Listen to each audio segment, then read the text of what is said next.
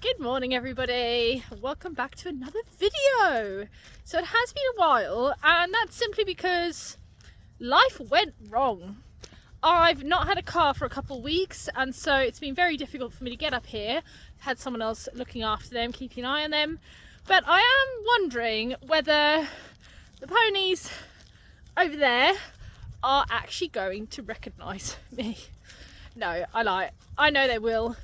But anyway, I thought I would do a vlog today, sort of like a bit of a day in the life, let you follow me, because I've got some exciting things happening. We are off to Hickstead to have a cross-country clinic there. I'm teaching it, and yeah, at the same time we're going to try and get all the horses worked. I am going to be short on time, firstly because of daylight, as well as I'm going to be spending a lot of time driving backwards and forwards in the car. I do have to also fetch James at a certain time, so hopefully we'll get everything done. Come on! Slowly, slowly. So clearly the two that aren't going to do work this morning are the ones that want to come. Oh, no, Blanco has a spring in his step. Hiya guys! Hello!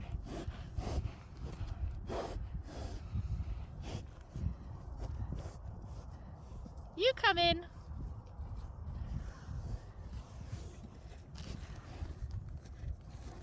Oh, that's a face, Twiggy. Hey, B.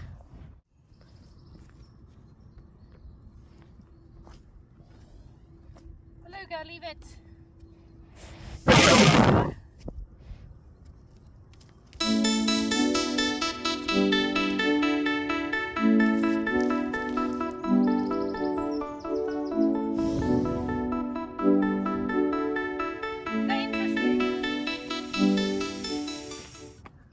So I am going to miss out the grooming part with Blanco. It's not that I'm not going to groom her, I am, but it just takes so long to get everything videoed.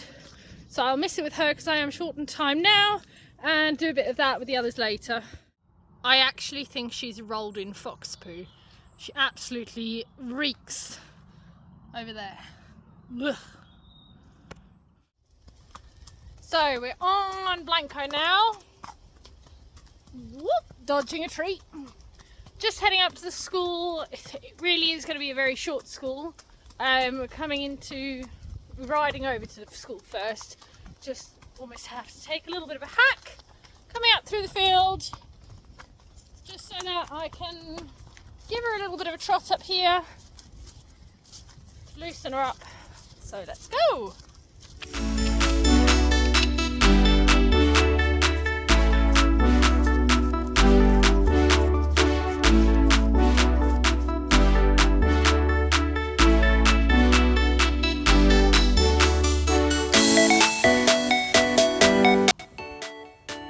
So really annoying, but my phone actually ran out of storage space, so there's basically nothing here for you to see really of Blanco.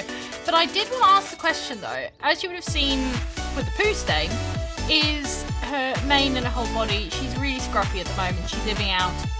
Would you like to see a makeover? Hey guys, sorry for putting you in the boot. Just finished riding Blanco.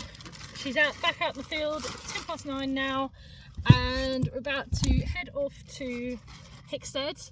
It takes about an hour to get there, but because my car is only just back on the road and I am a little bit paranoid, I'm giving myself a good hour and 45 minutes. Also, I mean, there could be traffic as well, so I'll see you when we get there.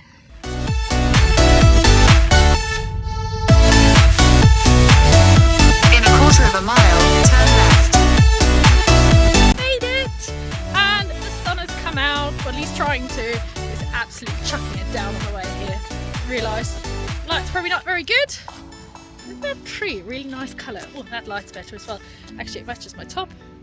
Anyway, just going down to the course to have a little look and try to find a toilet. I didn't manage to get much footage, so enjoy the photos. Walking through and you feel they're quite happy and comfortable with it, which both of them look, is then just start going, right, can I trot through or trot towards, have a little bit of a walk, trot out again.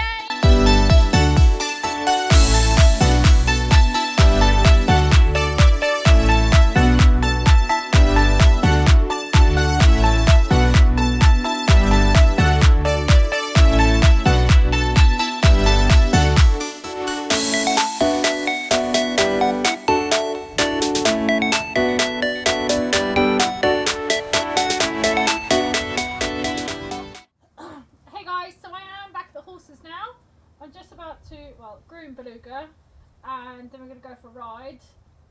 Please note, I am aware that this angle really doesn't look great. It is because we're on a slope, hence why his bum looks so much higher, and it really doesn't look great for him. But it's the only place I could put the camera. Oh, you just got a big boy. So really, really great morning at Hickstead. All the riders rode really, really well.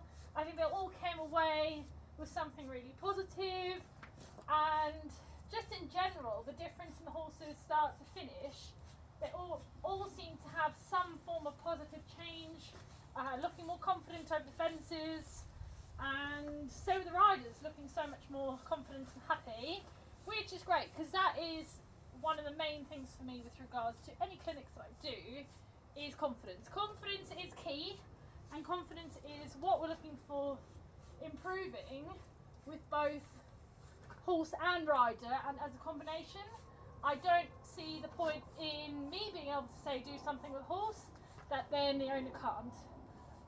So as I said, it's about developing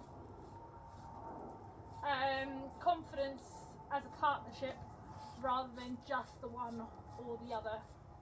So yeah, anyway, as I said, just trying to get Ballougar a little bit cleaner, and then I know he's not going to look spotless. Like I said earlier, I'm a little bit restricted to time, but we're going to head over to the school. I've set out some poles already out there, and it's a circle exercise, 20-meter circle, that is positioned between B and E, and you've got sort of a channel of poles on either quarter that you can go through, which means you can turn the exercise into a square as well. Okay, so I thought I would do a voiceover of me riding Ballougar so that you can hear really what I'm doing, why I'm doing it, what's going through my head at the time. You can probably see roughly the pole exercise that I've got set out. Like I said before, I've got a 20-meter circle at B and E, and at the 4 different quarters we've just got poles to go through. Now this can be quite an advanced exercise for some horses, but I was just really using it from a point of giving him something to think about, something to focus on, and just keep his mind on work rather than all the horses that are around the arena. So steps at the moment are very baby-like. He's not really pushing through from behind or anything. It's something he really struggles with.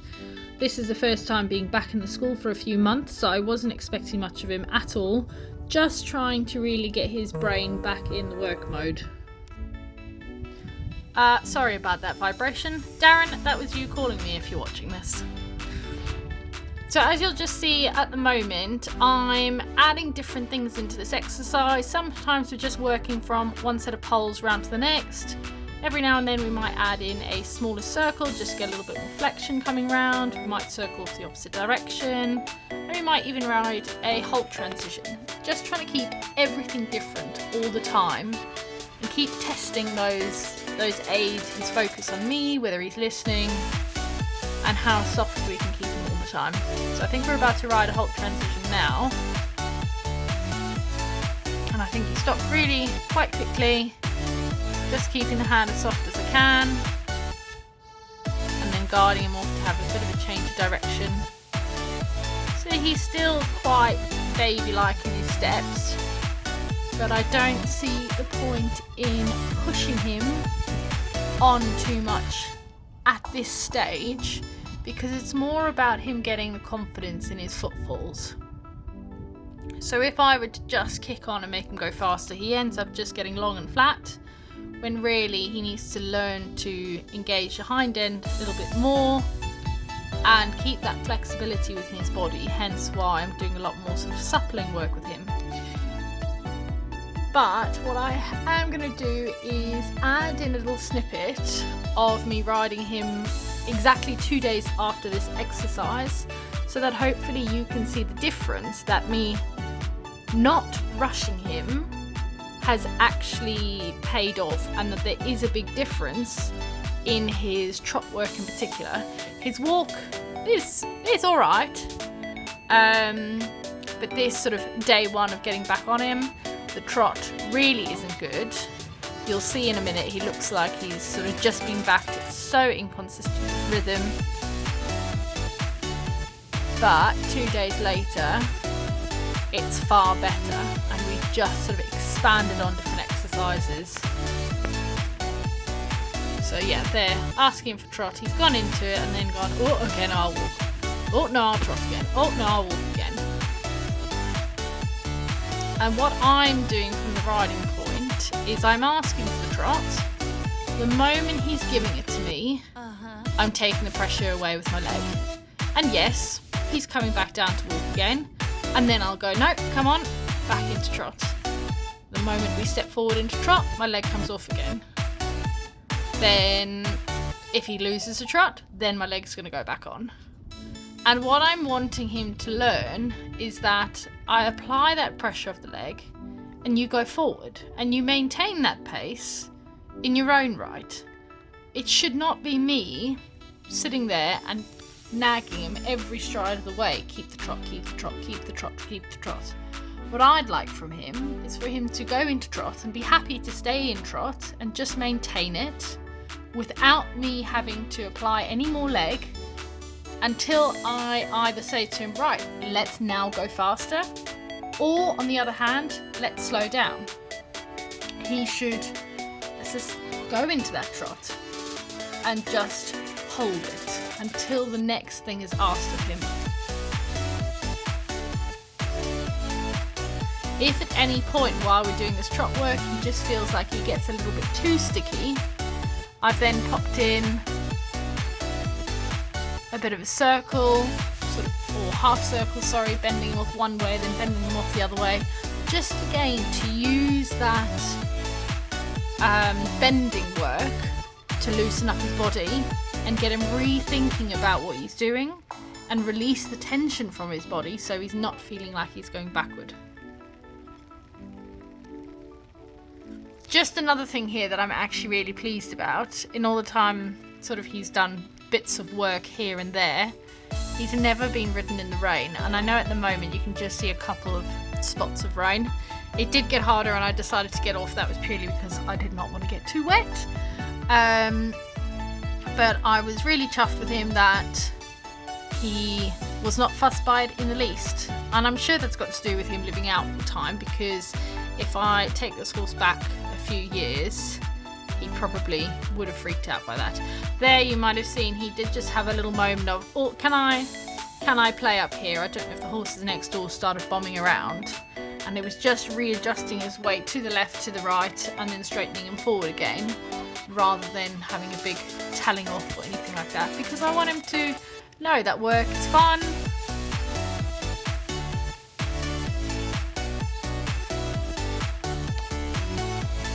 So I really think this is quite a big change for him. This is 2 days later, and although the trot, I'm not saying it's perfect, there's still loads of work to do, but he was so much more rhythmical with it and so much more consistent with staying in the trot itself.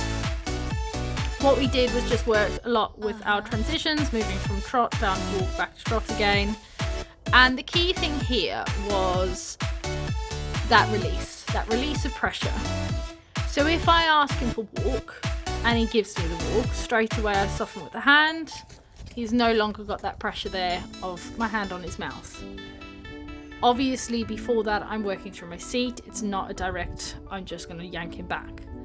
Then asking for him to move forwards to trot, I'm starting with the lightest little squeeze. If he's not gone off it, then it's a little bit firmer. And the moment he goes into trot, then my leg's coming away again. And where 2 days prior to this, he would have then potentially lost the trot, and then I'd have to correct it. Here he was holding it much better. So I was really, really happy with this improvement just within 2 days from him. And he just came out really feeling like he had a good workman-like attitude to work. He didn't feel quite so much like a youngster. And he really felt like he was ready to crack on and learn new things. So I'm really excited about the future with him. And I'm saying it first here, so you better hold me to my word. I have decided that at the end of this month, before I go to South Africa, I am going to enter a dressage competition with him. It will most likely just be an online dressage competition, but I've got to put some form of goal there so that we can get working towards that, and I hope you guys watch it.